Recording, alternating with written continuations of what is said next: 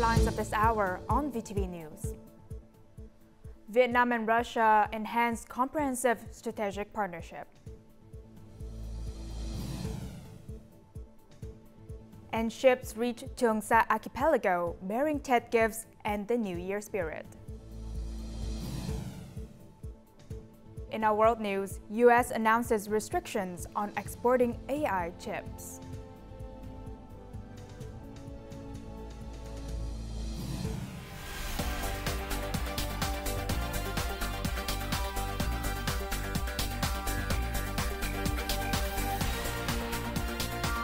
Broadcasting from Hanoi, the capital of Vietnam, VTV News starts right now.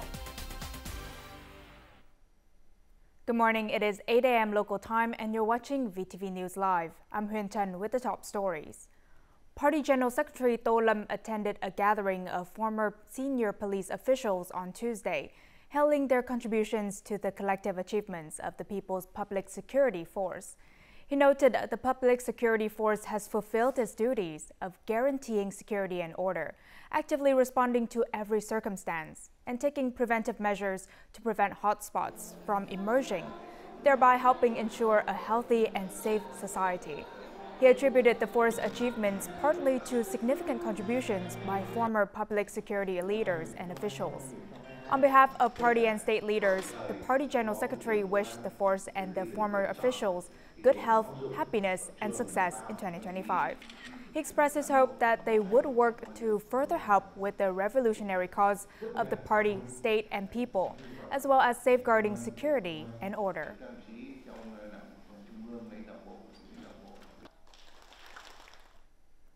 On Tuesday afternoon, Prime Minister Phạm Minh Chính hosted a solemn welcoming ceremony for Russian Prime Minister Mikhail Mishustin at the Presidential Palace. Afterwards, the two prime ministers held talks. More in the following. Prime Minister Phạm Minh Chính congratulated the achievements that the Russian Federation has made in socio-economic development under the leadership of President Vladimir Putin as well as Prime Minister Mikhail Mishustin, affirmed that Vietnam consistently implements a foreign policy of independence, self-reliance, diversification, and multilateralization, always considering the traditional friendship and comprehensive strategic partnership with Russia as one of the top priorities. The two prime ministers reviewed the achievements in bilateral cooperation and exchanged in-depth views on prospects and agreed on directions to promote comprehensive cooperation between the two countries. The two sides agreed to continue to strengthen dialogue, consolidate political trust, promote contacts and delegation exchanges at all levels and through all channels, creating a foundation for comprehensive development of bilateral cooperation, especially in the fields of economics, trade, investment, energy, oil and gas, education, training, culture, tourism, science, technology and local cooperation. The two prime ministers affirmed the important role of the Vietnam-Russia Intergovernmental Committee Cooperation Mechanism, acknowledged the positive contributions of the two countries' ministries and sectors, and requested the committee and ministries and sectors to continue to propose measures to promote bilateral cooperation, and take the lead in implementing agreements, including the minutes of the 25th session of the committee. The two sides also discussed international and regional issues of mutual concern, affirmed to continue close coordination and mutual support at multilateral forums. Also on Tuesday afternoon, Party General Secretary Tô Lâm warmly received Russian Prime Minister Mikhail Mishustin, who is on an official visit to Vietnam. More to follow. Party General Secretary Tô Lâm highly appreciated the visit, which took place on the 75th anniversary of establishing diplomatic relations between the two countries and was Mr. Mishustin's first visit to Vietnam as Prime Minister. The Party General Secretary expressed his delight at the results of the cooperation, especially after Russian President Vladimir Putin visited Vietnam last year, saying that the visit continued to realize the cooperation and proposed major directions to promote bilateral relations. The General Secretary also outlined several major directions to deepen further the Vietnam-Russian Federation relationship. Prime Minister Mikhail Mishustin conveyed greetings from President Putin and senior leaders of the Russian Federation and congratulated Vietnam on its achievements and believed that under the leadership of the Communist Party of Vietnam, headed by General Secretary Tô Lâm, Vietnam will continue to reap many successes in bringing the Vietnamese nation into a new era of strong and prosperous development. The two leaders shared some of the major issues affecting each country. They also agreed on major orientations to further deepen the traditional friendship and comprehensive strategic partnership between Vietnam and the Russian Federation. National Assembly Chair Trần Thanh Mẫn met with Russian Prime Minister Mikhail Mishustin on the same day. The National Assembly Chair stated that the Russian Prime Minister's visit is significant in effectively implementing the agreements reached. The National Assembly Chair said the Vietnamese National Assembly is ready to welcome the Chair of the State Duma for an official visit and co-chair the fourth session of the Inter-Parliamentary Cooperation Committee. The Vietnamese National Assembly has developed and is promoting the implementation of the action plan to implement the cooperation agreement between the two countries' legislative bodies. It proposes that both sides relax technical barriers to bilateral cooperation within the Eurasian Economic Union and strengthen cooperation in science and education, culture, sports, and tourism. Russian Prime Minister Mikhail Mishustin emphasized that Russia highly values cooperation with Vietnam and is pleased to see that the political diplomatic relations between the two countries continue to be strengthened, including inter-parliamentary cooperation, which is an important basis for promoting bilateral cooperation. Earlier, Russian Prime Minister Mikhail Mishustin laid a wreath at the monument to the heroes and martyrs and visited President Ho Chi Minh's mausoleum. State President Lương Cường on Tuesday morning visited Naval Region 5 and armed forces in Phu Quoc, Kiên Giang Province, commending their efforts in monitoring sea routes and islands and combating crimes. The state president emphasized the importance of maintaining peace in Phu Quoc, the country's largest island, which is crucial for economic, social, and national security interests. He urged forces to proactively address emerging issues, provide precise and timely solutions and recommendations, and maintain regional stability. State President Lương Cường also stressed the importance of preventing illegal fishing, developing the marine economy, and protecting maritime sovereignty. Prime Minister Phạm Minh Chính has signed Resolution 01, the government's first resolution for 2025, which outlines key tasks and solutions for implementing the socio-economic development plan and state budget estimates. The government targets national GDP growth of at least 8% in 2025, which aims to reach double digits under favorable conditions. It has set GRDP growth targets of 8 to 10% for localities, with higher expectations for Hanoi, Ho Chi Minh City, and other high-potential regions. Highlighting institutional reform as a fundamental factor for development, Resolution 01 emphasizes developing high-quality human resources, particularly in chips, semiconductors, and artificial intelligence. It also focuses on comprehensive cultural and social development, ensuring social security, addressing climate change and natural disasters, strengthening environmental protection, and promoting regional connectivity and effective planning. Coming up next on VTV News.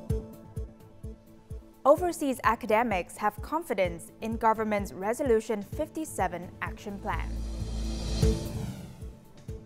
And later on, annual Calligraphy Street draws young crowds in Ho Chi Minh City.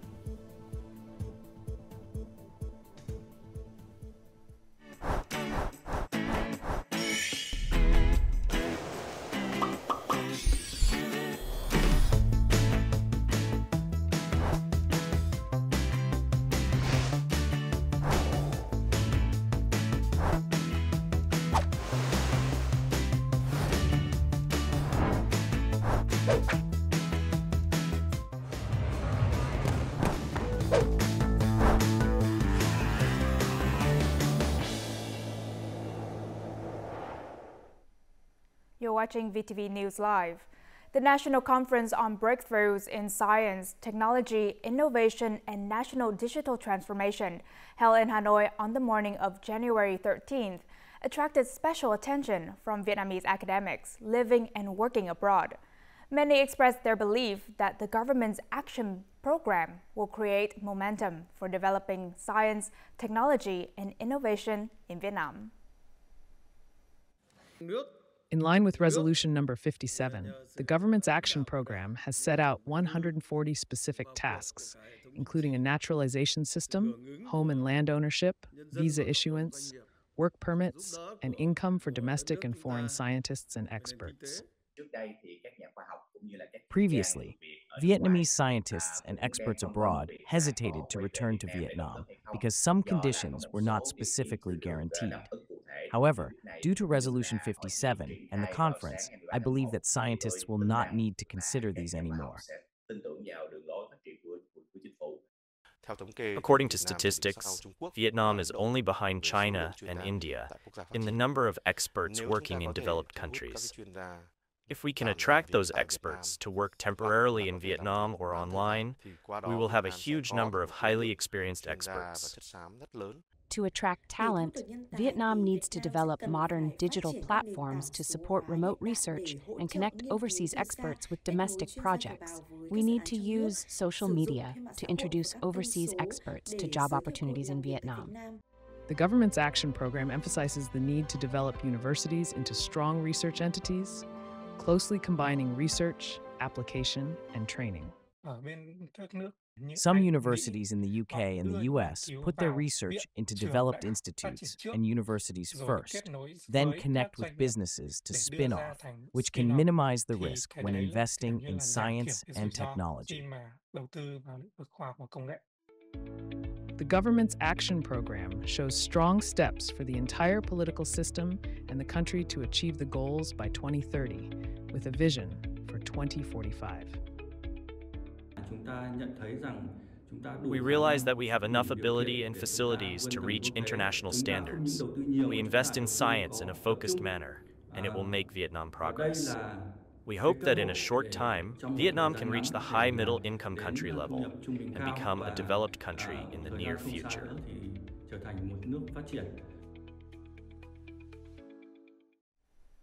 The minimum living standard for Vietnamese people is 1.8 million Vietnam dong, or $70.8 per person per month.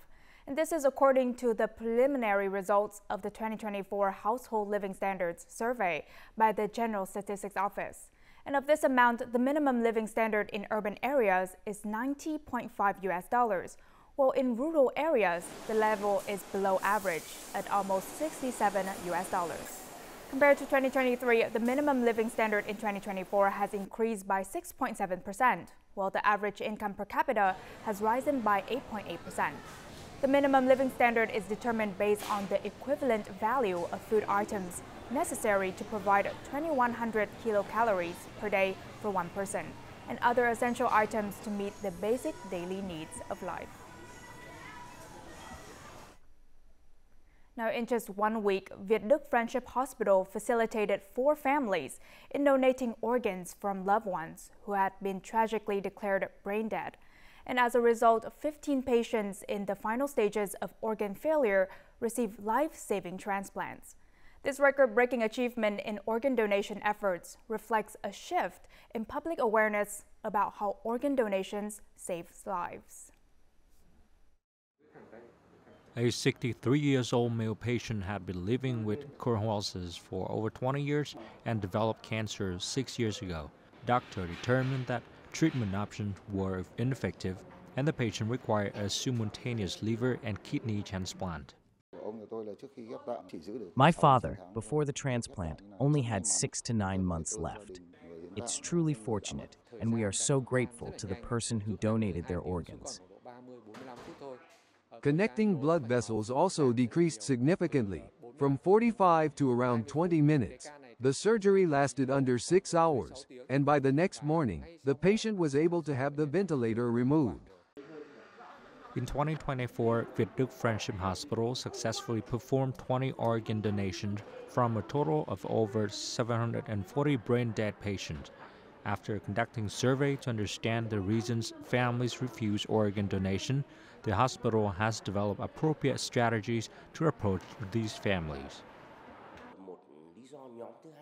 The main reason people refuse to donate organs is the belief in maintaining the body intact.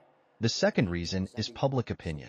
The third reason is that in a nuclear family, reaching a consensus among all members on organ donation is not easy. Looking ahead, VTV Friendship Hospital plans to expand the transplant programs to include small bowel, pancreas, and uterus transplants, as well as transfer organ transplant techniques to lower-tier hospitals. Welcoming the Year of the Snake, the Naval Region 4 Command organized a working group to visit and wish the soldiers and residents of Cheongsa Island District a Happy New Year. The ships carried goods, necessities, and Tet gifts from the mainland so that the officers and soldiers at the forefront of the waves and winds could enjoy the spring and celebrate the new year with a peace of mind. In addition to the food and ingredients for making chung cake during Tet, such as song leaves, sticker rice, mung beans, and pork, this group also brought decorations to welcome spring. These gifts are imbued with the nation's traditional Tet flavor. We consider Cheongsa to be a part of the country as well as Kankwa. It is our responsibility to take care of both material and spiritual life. That is the responsibility and task the party and the state have assigned to Kankwa province. The ships are a welcome sight for the military personnel carrying out long-term missions offshore, delivered safely and on schedule. The dead gifts for officers, soldiers, and Cheongsa Island District residents are gratefully received.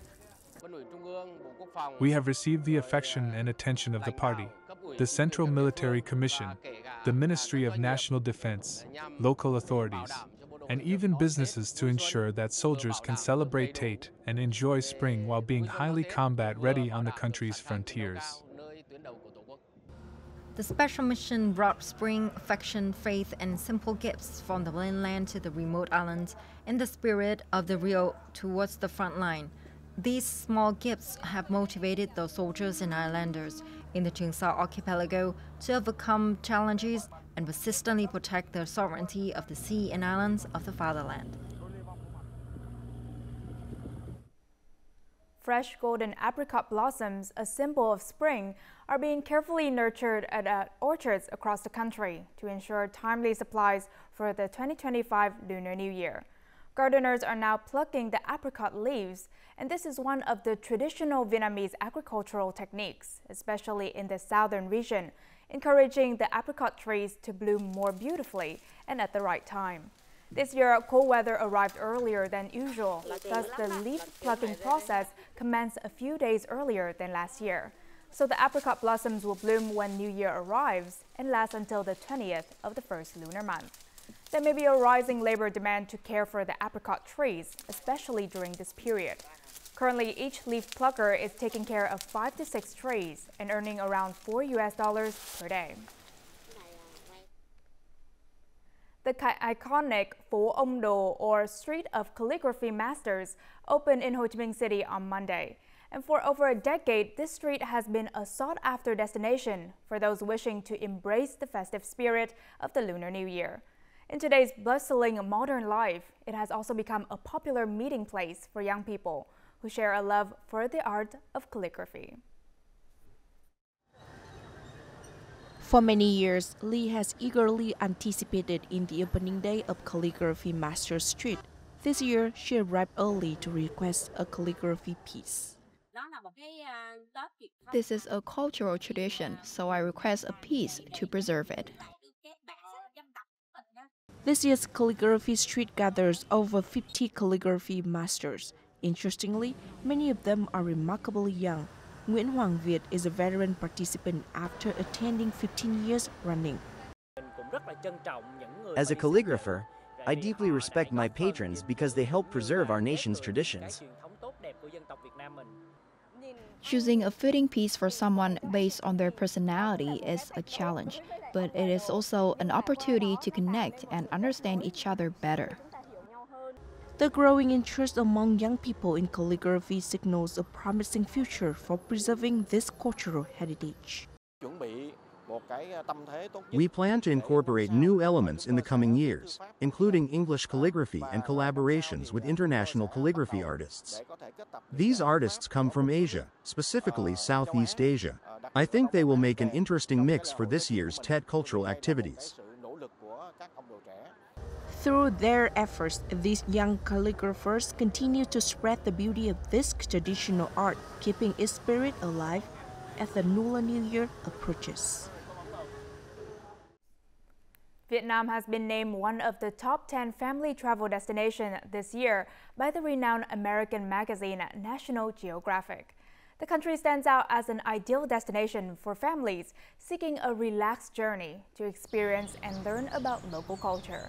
National Geographic's recommended Vietnam itinerary spans 16 days, starting in Hanoi, continuing to Ha Long Bay via cruise, and extending to historic sites like Hue.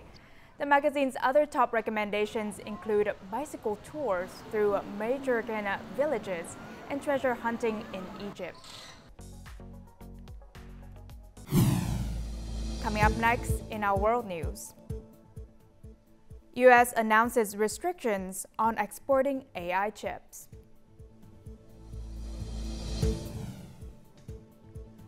And oil prices reach highest level in 4 months.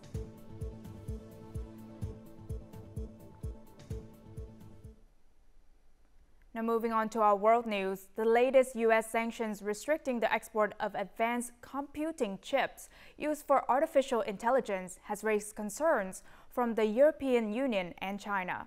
China's Ministry of Commerce issued a statement claiming that the new U.S. regulation abuses the concept of national security, imposes export controls, and violates international multilateral economic and trade rules. Beijing asserted that it will take necessary measures to protect its legitimate rights and interests. The European Union also expressed concern about the impact on both parties' economic interests. The new ban on the export of advanced computing chips for AI, announced by the U.S. on Monday, updates chip control policies requiring export, re-export, and domestic transfer activities to have licenses.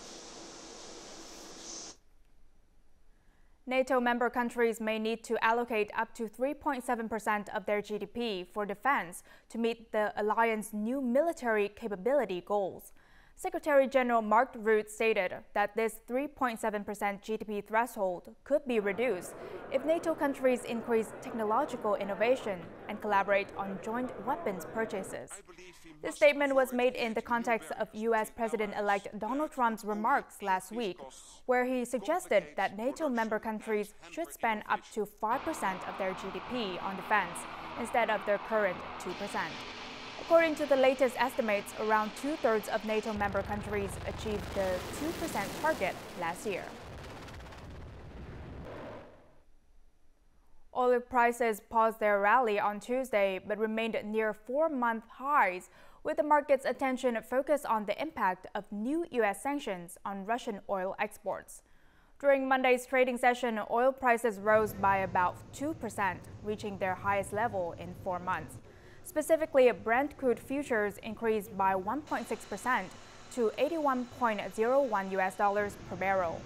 U.S. West Texas Intermediate WTI crude rose by 2.9% to $78.82 per barrel. And this price movement occurred as refineries in China and India sought alternative fuel supplies in response to new U.S. sanctions on Russian producers and oil tankers. The number of foreign visitors to Japan exceeded 33 million in the first 11 months of 2024, setting a new annual record, according to data released by the Japan National Tourism Organization. And this significant milestone reflects a strong recovery in international tourism, driven by favorable exchange rates due to the weak yen. The number of tourists visiting Japan in the first 11 months of last year surpassed the highest level reached in 2019, the year before the COVID-19 pandemic. Now, obviously, when everyone travels, I think Japan would have been on their bucket list, maybe for years. But seeing the Japanese yen and the currency fall at the moment, I think is a prime time, because at the moment, Japan is like on a 30% off sale. So it's very cheap for a lot of people to come. Popular destinations such as Tokyo, Kyoto, and Osaka, as well as seasonal attractions like cherry blossom viewing and winter sports, have drawn large numbers of international visitors. The government has also invested in infrastructure and marketing campaigns to attract tourists from key markets, including China, South Korea, and Southeast Asia. And especially when we look at how the tourism sector has been performing over the past 2 to 3 years after COVID, it has actually overtaken semiconductors. With timely measures and sustainable development strategies, Japan's tourism industry is expected to continue booming in the coming years. The weak yen could also lead to long-term changes in tourists' travel habits.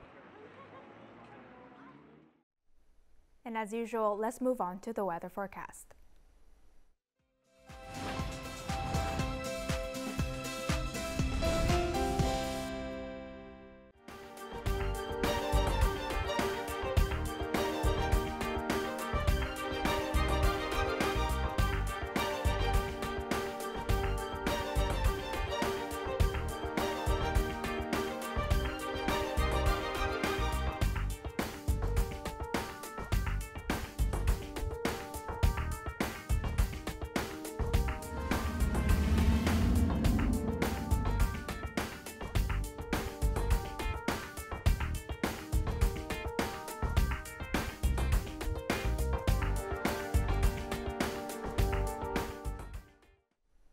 And that's all the news we have for this hour. To rewatch our program, you can download our mobile app VTVgo or check out our YouTube channel VTV4Go. Thank you for watching and see you next time.